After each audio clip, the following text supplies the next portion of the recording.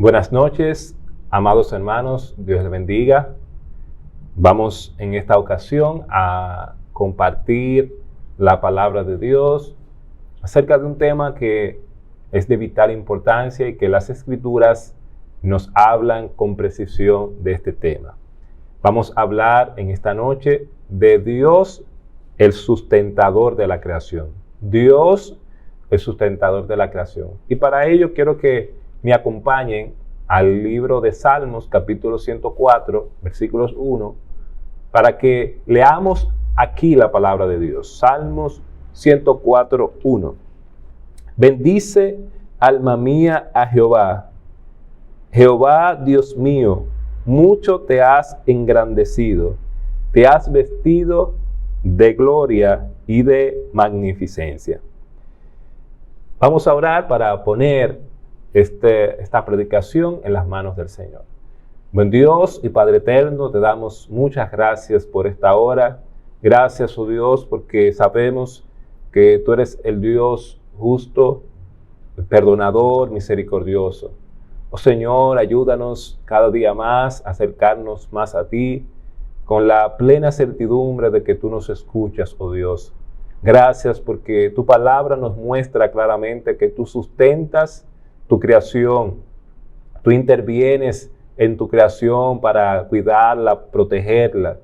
Y también, Señor, sabemos que tú te acercas al hombre para beneficiarle y ayudarle si éste decide buscarte, si éste decide darte honra y gloria. Ayúdanos, Señor, a entender tu palabra en esta hora y a poder asimilarla para ponerla en práctica. Así que bendícenos, oh Dios, y guíanos por tu Santo Espíritu. En el nombre de Cristo Jesús. Amén.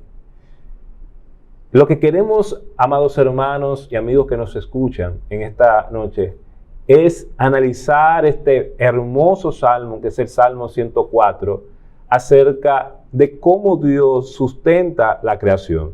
Que nosotros podamos entender que la gloria de Dios y su providencia hace que Él intervenga en el sustento de cada una de sus criaturas. Este salmo es uno de los salmos más hermosos de la Biblia. Este salmo es un himno de alabanza a Dios como creador. Resalta las cualidades de Dios como creador, su intervención en la tierra. Este salmo comienza con la disposición del salmista de alabar a Dios. Por eso el versículo 1 dice: bendice, alma mía, a Jehová. Y él va a concluir este salmo con ese mismo estribillo: bendice, alma mía, a Jehová. Es decir, reconoce a Dios como Dios, alaba a Dios, rinde honor a Dios. El autor reconoce que Dios se ha engrandecido, vistiéndose de gloria y de magnificencia. Dice el versículo 1, bendice, alma mía, a Jehová. Jehová, Dios mío, mucho te has engrandecido, te has vestido de gloria y de magnificencia. Inmediatamente, ¿qué hace el autor de este salmo? Él comienza a enumerar los hechos poderosos de Dios que evidencian su gloria y su majestad. El versículo 2 nos dice que Dios se viste de luz. Y la expresión aquí quiere decir que Dios está cubierto como un manto de luz, con un manto de luz. Y nosotros encontramos en las Escrituras que la luz está muy asociada a la gloria de Dios. Si Dios se viste con la luz, nosotros podemos ver que la luz es algo maravilloso para nosotros. La luz, ¿verdad?, nos ilumina. La luz permite que también podamos hacer análisis en cuanto al cuerpo a través de los rayos X. La luz es maravillosa, pero eso que nosotros vemos como maravilloso, dice la Biblia que Dios, cuando manifiesta su gloria, lo que le rodea es luz. Dice el versículo 2, el que se cubre de luz como de vestidura, es decir, como un manto, que extiende los cielos como una cortina. La grandeza de Dios y lo insignificante que es la creación se ven en estos versículos. Dios es el creador, pero vemos que esa creación, cuando Dios se acerca a ella, parece insignificante. La luz es como un manto para Dios. Los cielos son como una cortina que Él despliega. Las aguas son como un aposento para Dios. Las nubes son como si fuera su carroza, su carro. Los vientos son sus mensajeros y las flamas de fuego o relámpagos son sus ministros. Dice el versículo 3, que establece sus aposentos entre las aguas, el que pone las nubes por su carroza, el que anda sobre las alas del viento, el que hace a los vientos sus mensajeros y a las flamas de fuego sus ministros. Obviamente, este versículo 4, cuando habla de que Él hace a las flamas de fuego sus ministros, se está refiriendo a los ángeles, como nosotros lo podemos encontrar en Hebreos 1:7, cuando el autor de Hebreos está diciendo que Cristo es superior a los ángeles, y precisamente hace alusión a este salmo, hace la referencia a este salmo para explicar que estos son ministros que están al servicio de Dios. La tierra, amados hermanos, jamás será removida. Dice el versículo 5. Él fundó la tierra sobre sus cimientos, no será jamás removida. Ese creador es sustentador de la tierra, es quien mantiene el equilibrio de la tierra. La tierra en su órbita hace un traslado perfecto, se mueve perfectamente en equilibrio. Nosotros no vamos a encontrar que en algún momento eso va a fallar. No vamos a encontrar que la tierra en sus cimientos va a desaparecer, va a colapsar. No, porque los cimientos de la tierra, quien los ha establecido, ha sido Dios. Y como ha sido Dios que ha establecido esos cimientos, esa tierra está firme y es segura.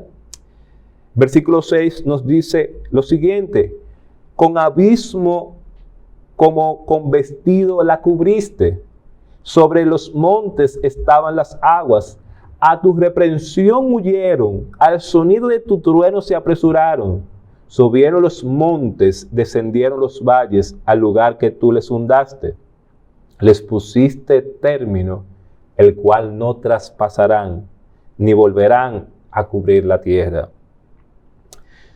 Si leemos detenidamente estos versículos y nos fijamos en ellos, nos vamos a dar cuenta que realmente el autor está haciendo alusión al diluvio. Dice el versículo 6, que Dios cubrió la tierra con las aguas, dice el versículo 6. Los montes fueron cubiertos con las aguas. Y a pesar de que Dios cubrió la tierra con las aguas, Dios ha establecido un límite. ¿Qué pasó en el diluvio? Que cuando Dios reprendió las aguas, Dios ordenó las aguas, ellas huyeron, versículo 7. A tu reprensión huyeron, al sonido de tu trueno se apresuraron. Y dice la Biblia que subieron los montes y descendieron los valles. Es decir, se aclaró todo, se visualizó todo y ya se pudo ver los montes y ya se podía ver los valles. Él puso término a las aguas de que jamás volverían a cubrir la tierra. Dice versículo 9, les pusiste término, el cual no traspasarán, ni volverán a cubrir la tierra. Aunque vemos que hay muchos fenómenos atmosféricos, climatológicos, nosotros sabemos que estos fenómenos no van a desobedecer a la voz de su creador. Nosotros sabemos que estos fenómenos no van a traspasar los límites que Dios ha puesto. Escuchamos de maremotos, pero el mundo no va a ser hundido por un maremoto. escuchamos de fenómenos como huracanes, ciclones. El mundo no va a ser destruido por estos huracanes, porque haya muchas aguas. No, porque Dios ha puesto límite a las aguas para que eso no vuelva a suceder. Aquí vemos también la acción dinámica de Dios en la creación. Dios no ha creado el universo como si Él fuera un relojero, ha creado un reloj, le ha dado cuerda y lo ha dejado funcionar. No, Dios interviene en su creación constantemente. De hecho, la creación funciona por la intervención de Dios. Si no fuera por la intervención de Dios, nosotros no tendríamos alimentos. Si no fuera por la intervención de Dios, no tendríamos las aguas. Si no fuera por la intervención de Dios, no tuviéramos el clima adecuado para la sobrevivencia de los animales y del ser humano. Todo eso se mantiene y está en equilibrio porque Dios sustenta la creación. El funcionamiento del universo depende de la intervención continua de Dios en su creación y de sus obras sabias. Cuando nosotros analizamos la creación, analizamos los diversos animales, analizamos al propio ser humano, nosotros nos damos cuenta que Dios ha creado una creación perfecta, ha creado un universo perfecto. Nosotros vemos cómo las cosas funcionan perfectamente porque Dios puso sabiduría en esas obras. Versículo 10 nos dice: tú eres el que envía las fuentes por los arroyos, van entre los montes. Eso quiere decir que las fuentes de las aguas que tanto benefician a los animales y al ser humano son creadas y enviadas por Dios para suplir esas necesidades del hombre y de las bestias. Dios envía las fuentes de agua para suplir las necesidades de sus criaturas. Esto muestra la acción dinámica de Dios en pro del bienestar de la creación. Si algo está destruyendo al planeta Tierra, no es la mano de Dios, es la mano del hombre. Porque la mano de Dios, la intervención de Dios en la creación, es en bienestar, es en beneficio de su creación. Dios provee el agua para mitigar la sed de sus criaturas. Versículo 11. Dan de beber a todas las bestias del campo, mitigan su sed los asnos monteses. A sus orillas habitan las aves de los cielos, cantan entre las ramas. ¿Qué hace Dios con esas fuentes? Mitiga la sed de estos animales. Él mitiga, Él suple la sed de estos animales. Y dice la palabra del Señor que Él da de beber a todas las bestias del campo. ¿Qué significa eso? Que solamente Dios, con toda su magnificencia, con toda su gloria, con todo su poder, puede hacer una tarea tan grande y tan difícil como sustentar a toda una creación. Si nosotros quizás se nos encargara la responsabilidad de sustentar un país o una comunidad, se nos hiciera muy difícil. Pero para Dios no es difícil porque Él ha hecho sus obras con sabiduría y Él sustenta a su creación de manera perfecta. Dios provee el agua para hacer fructíferos los montes.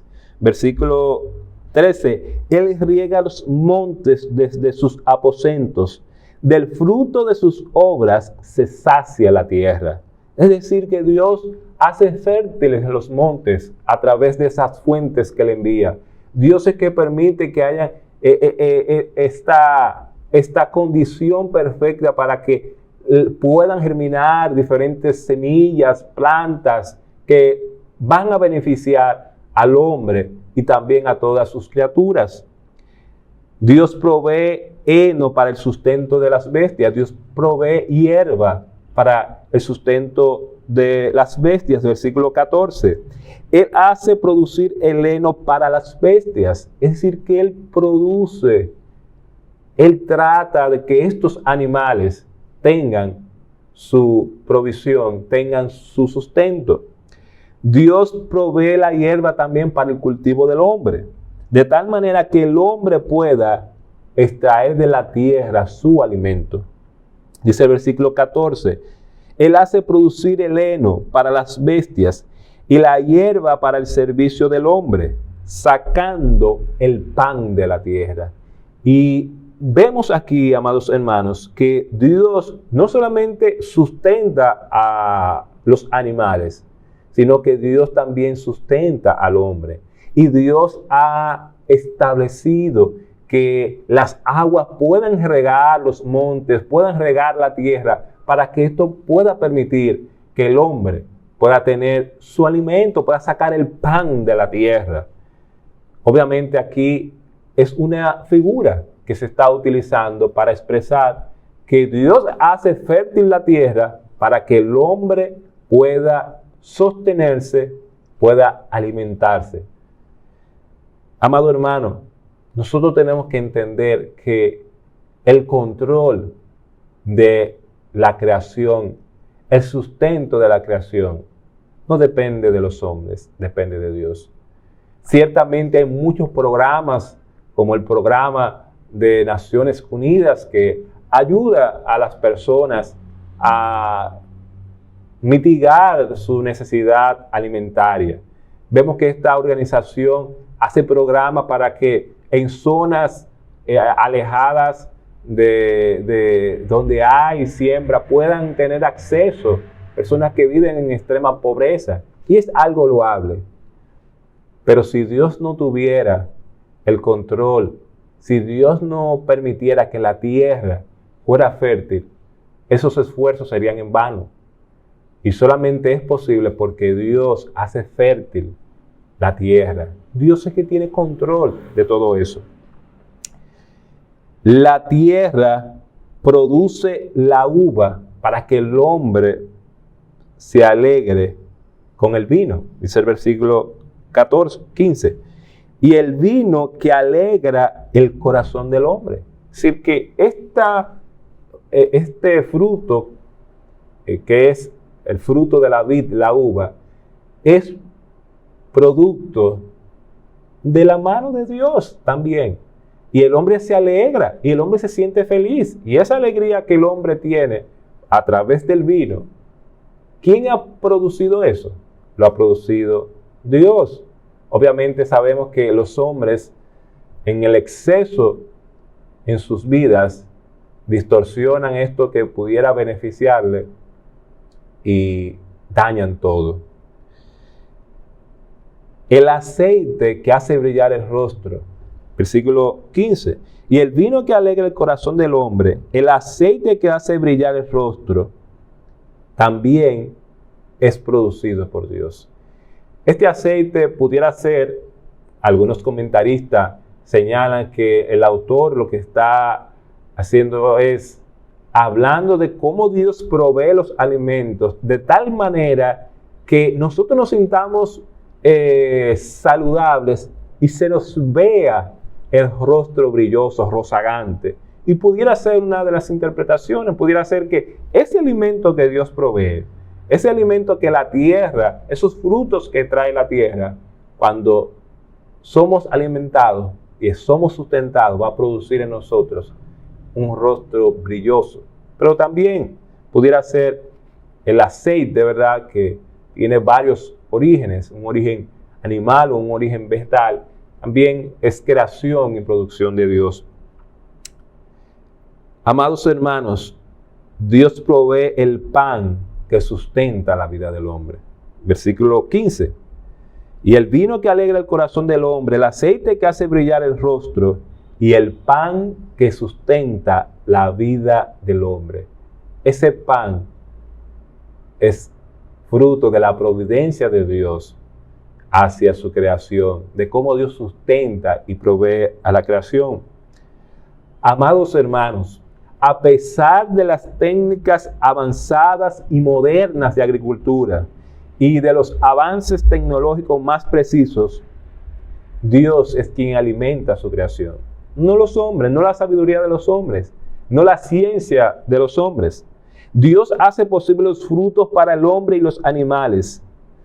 Dios es quien hace posible los frutos para el hombre y los animales.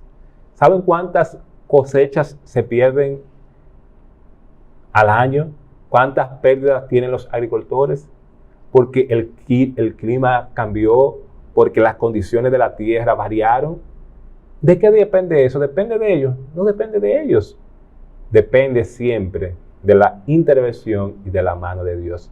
El milagro de una semilla que perfectamente muere para nacer una planta que dará fruto y que toma su energía del sol, es algo que solamente Dios en su sabiduría ha podido hacer. El hombre no tiene esa capacidad de dar vida. El hombre no tiene la capacidad de sustentar la vida. Solamente Dios tiene esa capacidad. Muchas veces nosotros pensamos que tenemos esa capacidad, pero no. Dios es el único que sustenta a su creación. Dios es quien llena de savia los árboles y es quien planta los árboles. Dice el versículo 16. Se llenan de savia los árboles de Jehová, los cedros del Líbano que Él plantó. No los hombres, sino Dios es quien llena de savia a las plantas. Sabemos que Dios es quien produce que estas plantas sean alimentadas, que tomen su nutriente, que crezcan y se reproduzcan. Es una intervención de Dios, es la obra de Dios en el hombre. Y es la obra de Dios en la creación. Es la obra de Dios en favor nuestro. Vemos que Dios no solo ha provisto alimento para los seres que Él ha creado, sino que también Dios ha creado los hábitats perfectos necesarios para que su creación pueda vivir en estos de manera adecuada. Dios ha creado la tierra para que algunos animales puedan vivir en la tierra. Ha creado madrigueras. Dios ha permitido que hayan animales que vivan en montes, montañas, rocas. Animales que viven en los mares, en los océanos. Esos hábitats perfectos ha sido creación de Dios y de manera perfecta ellos se adecúan. Ha creado árboles con alturas muy altas, muy grandes, para que esos animales también puedan vivir allí y puedan sostenerse. Mire lo que dice la palabra del Señor, versículo 17 y 18. Allí anidan las aves, en las hayas hace su casa la cigüeña, los montes altos para las cabras monteses, las peñas madrigueras para los conejos. También menciona que al león, ¿verdad? Ha proporcionado cuevas para que él también pueda echarse en esas cuevas. Es decir, que Dios no solamente sustenta a su creación dándole alimento, sino creando los espacios, los hábitats más precisos para que estos animales puedan desarrollarse y puedan vivir y puedan reproducirse y puedan crecer allí. Dios también ha establecido los tiempos, versículos 19 y 20. Hizo la luna para los tiempos, el sol conoce su ocaso, pone las tinieblas y es la noche. En ella corretean todas las bestias de la selva. Fíjense que Dios ha creado la luna, ha creado al sol, como se dice en el libro de Génesis, las dos grandes lumbreras. Pero vemos que dentro de esa perfección de Dios se establecen tiempos que los animales conocen. Fíjense que un pajarito, desde que ya son las 6 de la tarde, ya él está buscando su lugar para dormirse, acostarse. Y usted dirá, ¿y cómo ellos lo saben? Porque Dios ha establecido los tiempos. Porque Dios ha hecho perfectamente que estos tiempos que marcan el sol y la luna estén, vamos a decirlo así, configurados con los mismos animales. Y ellos, ¿verdad?, ya instintivamente saben cuándo tienen que acostarse, cuándo tienen que levantarse, cuándo tienen que salir, cuándo tienen que ocultarse. Fíjense que el versículo 20 dice, ponen las tinieblas y es la noche. ¿Y sabe qué sucede? En ella corretean todas las bestias de la selva. ¿Qué quiere decir eso? Que esas bestias son bestias nocturnas. Es decir, hay animales que solamente salen de noche. Usted no lo va a encontrar en el día. ¿Por qué? Porque Dios ha establecido tiempos. Y ellos saben que el tiempo para ellos salir es en la noche. Ellos saben que el tiempo para dormir es a tal hora. Ellos saben que el tiempo para hacer cualquier actividad es tal momento. Es decir, ellos lo saben y esa sabiduría la ha puesto Dios en su creación. Dios ha establecido los tiempos. El rugido de los leoncillos es el clamor de Dios para los alimentos. Estos se recogen cuando el sol sale y se guardan en sus cuevas. Dice el versículo 21. Los leoncillos rugen tras la presa y para buscar de Dios su comida. Sale el sol, se recogen y se echan en sus cuevas. Ellos también conocen los tiempos, pero dice ahí que ellos con su rugido claman a Dios para que Él les provee alimento. ¿Y por qué claman a Dios? ¿Por qué el rugido Dios lo interpreta como una petición de estos leoncillos para alimento? Porque Dios es su creador. Y si Dios es su creador, Él es también su sustentador. Él los va a sustentar. Dios también ha señalado al hombre su rutina diaria. Fíjese lo que dice el versículo 24. Cuán innumerables son tus obras, oh Jehová. Hiciste todas ellas con sabiduría. La tierra está llena de tus beneficios. Versículo 23. Sale el hombre a su labor y a su labranza hasta la tarde. Es decir que la rutina del hombre es salir a su labor temprano en la mañana y regresar en la tarde. ¿Qué es lo que el hombre ha hecho y es lo que Dios ha establecido? Porque Dios ha establecido para el ser humano que la noche debe ser para descansar. Fíjense que cuando ya llega la noche, en nuestro organismo se van activando ciertos químicos que te invitan al sueño. Estos químicos te invitan al sueño, al descanso. ¿Por qué? Porque el tiempo establece que sea así. Todas las obras de Dios son hechas con sabiduría. El salmista reconoce que las obras de Dios son múltiples y variadas. Dios ha hecho sus obras con sabiduría y esa sabiduría beneficia al hombre. Dios ha hecho todas las cosas con sabiduría para beneficio del hombre. Fíjese que son innumerables, como dice el versículo 24. Hiciste todas ellas con sabiduría. La tierra está llena de tus beneficios. Nada de lo que Dios hace, nada de lo que Dios ha hecho es para perjudicar al hombre. Es todo lo contrario. Dios ha hecho todo para que el hombre sea beneficiado, para que su creación sea beneficiada. Dios no quiere perjudicar al hombre. Dios no quiere perjudicar a su creación. Y Él ha hecho todo con sabiduría para que de manera ordenada, armónica, funcionen perfectamente con su intervención.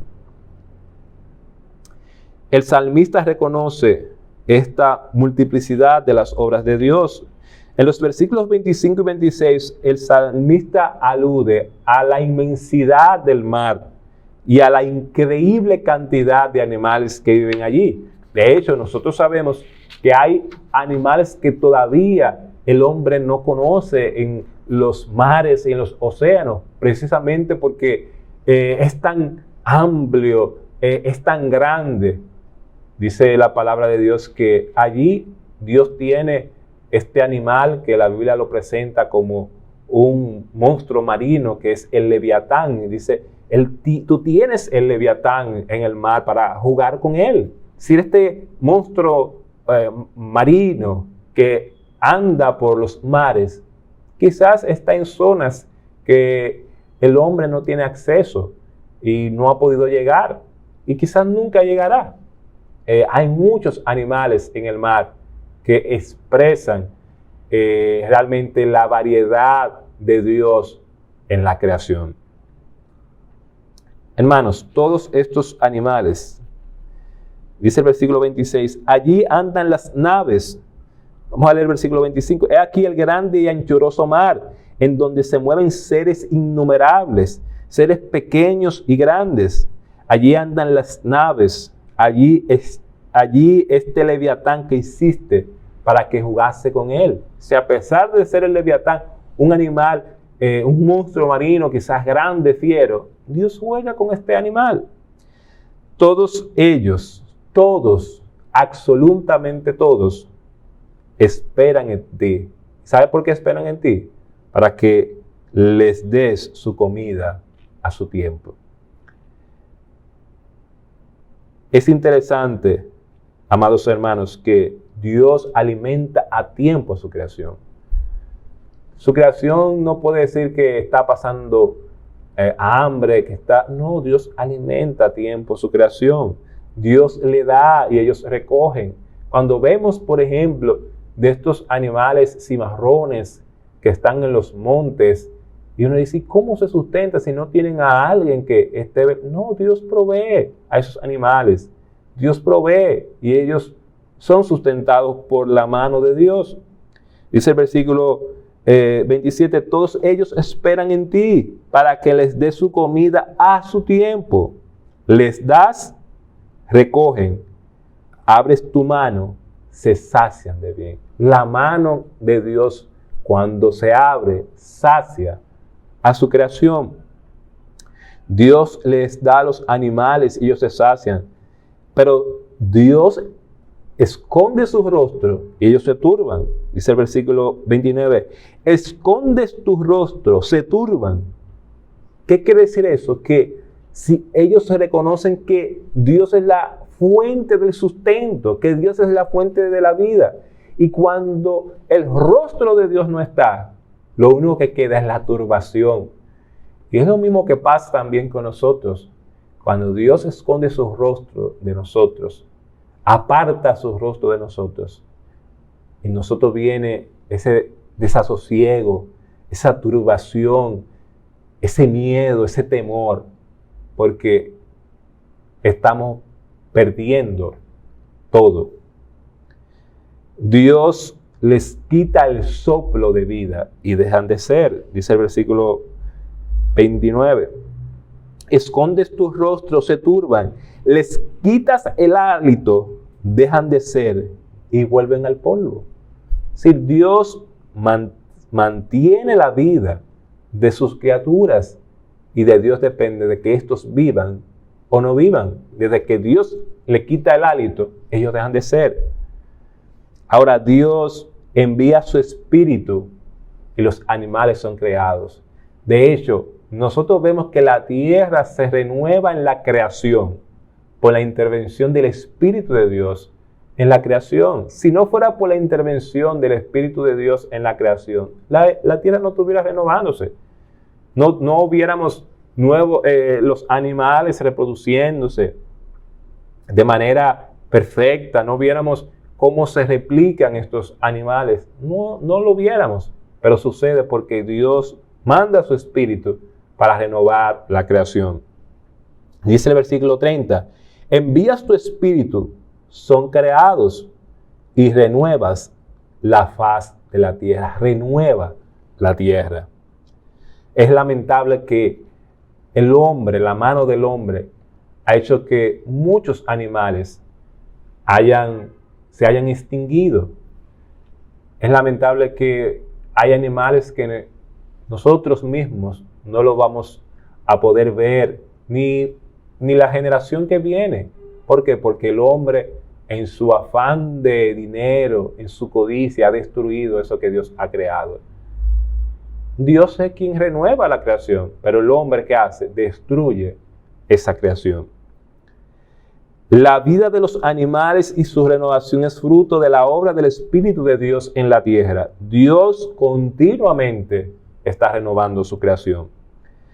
Cuando entendemos que Dios es el creador, el sustentador del universo, el sustentador de sus criaturas, la actitud de nosotros, de nuestras almas, debe ser darle a Dios la gloria siempre. Nosotros debiéramos, al reconocer a Dios como creador y sustentador, darle la gloria a Dios siempre. Dice el versículo 31, sea la gloria de Jehová para siempre, alégrese Jehová en sus obras. Si Dios se deleita en sus obras, Dios se deleita en las obras que Él ha creado con sabiduría. Dios se deleita cómo su obra es sustentada y es mantenida. Pero nosotros muchas veces dejamos de darle la gloria a Dios y no reconocemos a Dios como creador y sustentador. Cuando entendemos que Dios es creador, cuando entendemos que Él es sustentador, nuestra actitud es darle la gloria siempre. Dios se deleita en sus obras. Fíjense que desde el Génesis, cuando Dios creó todo, la expresión de Dios fue, y vio Dios que era bueno en gran manera. ¿Qué vio Dios? Vio su sabiduría. ¿Qué vio Dios? Vio cómo el universo, la tierra funcionaba con armonía y perfección. Dios se deleita en sus obras, que Él ha hecho con sabiduría. El mirar de Dios y su toque hace humear y temblar la tierra, dice el versículo 32. Él mira a la tierra y ella tiembla, toca los montes y humean. Pudiera ser estos versículos alusiones a dos fenómenos que nosotros encontramos en la naturaleza, que serían los volcanes y serían los terremotos. Sí, parte quizás de la creación de Dios, de la dinámica que Dios pone en su creación, está eso, y eso sucede por la intervención de Dios. Ante la grandeza de Dios, amados hermanos, y de la sabiduría que Él ha desplegado en sus obras, ante el continuo sustento de Dios, el hombre debe cantar y alabar a Dios. Y nosotros hacemos el llamado a que entendamos que como criatura de Dios, la creación alaba a su Creador. Y nosotros, como criaturas de Dios, tenemos que alabar a nuestro Creador. Tenemos que cantar al Creador. Tenemos que deleitarnos en el canto al Creador. Es lamentable que hay muchos hermanos en la iglesia que no les gusta cantar. Y si cantan, no cantan con ánimo. Hermano, cante. Que con eso usted está alabando a su Creador, al sustentador del universo, de la tierra. Cante con alegría. Pero muchas veces nos dejamos llevar de que yo no canto muy bien, yo no tengo... No, hermano, Dios no dice que tú vas a cantar porque tú cantes bien o no. Dios lo que quiere es que tú alabes al Creador. Dios quiere que tú le alabes a Él. El salmista expresa el compromiso de cantar a Dios en su vida mientras viva y mientras viva. Dios nos ha dado una hermosa oportunidad para que le cantemos. No perdamos nunca la oportunidad de hacerlo mientras vivamos. Dios nos ha dado una hermosa oportunidad para cantar a Dios, para alabar a Dios. No perdamos esa hermosa oportunidad. Versículo 33. A Jehová cantaré en mi vida, a mi Dios cantaré salmos mientras viva. Hermano, los años que Dios te ha dado, que Dios ha establecido para ti, que Dios te ha concedido, deben ser para que tú reconozcas a Dios en toda su gloria y magnificencia y tú cantes a Dios.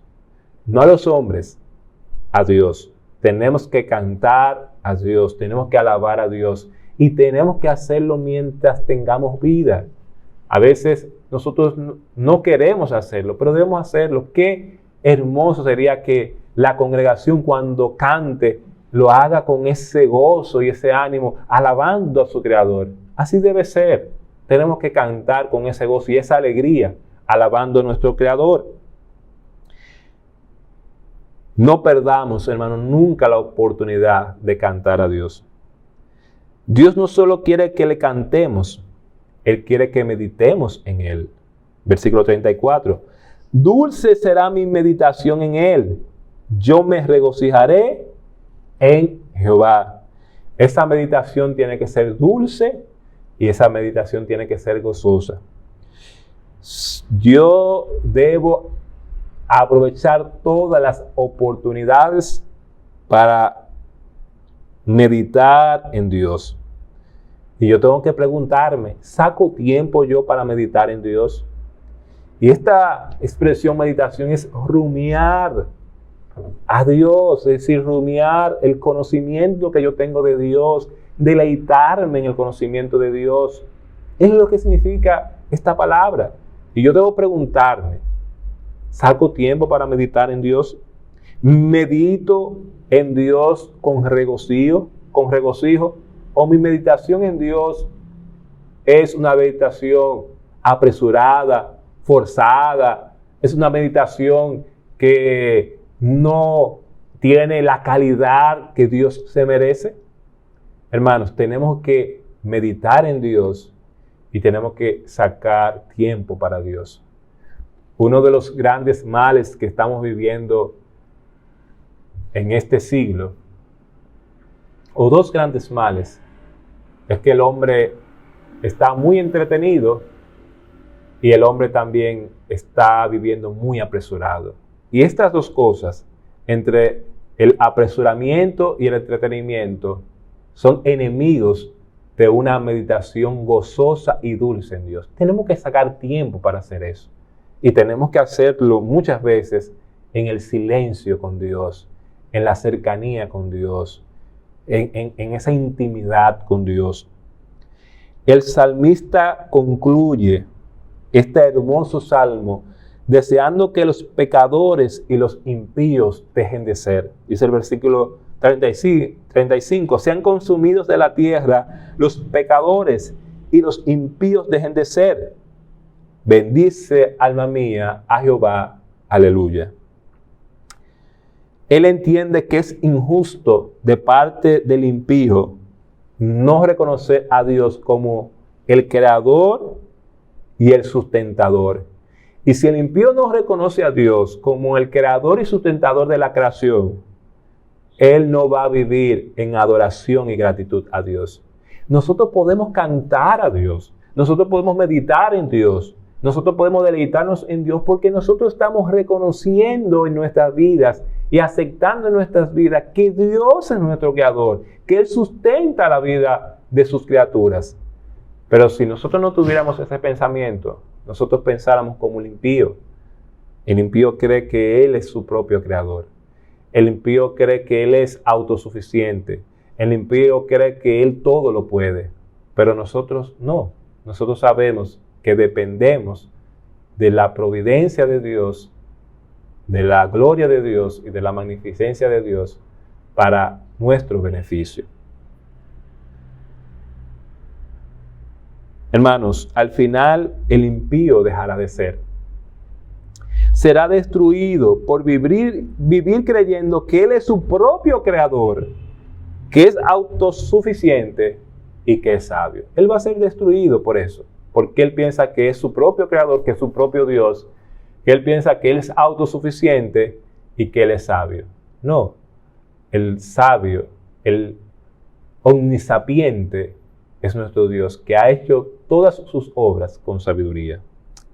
Nuestra actitud como hijos de Dios es reconocer la grandeza del Creador, es reconocer su suficiencia y poder, nuestra actitud debe ser bendecir y alabar el nombre de Dios. Por eso el versículo 35 culmina con esta expresión del salmista: bendice, alma mía, a Jehová. Aleluya.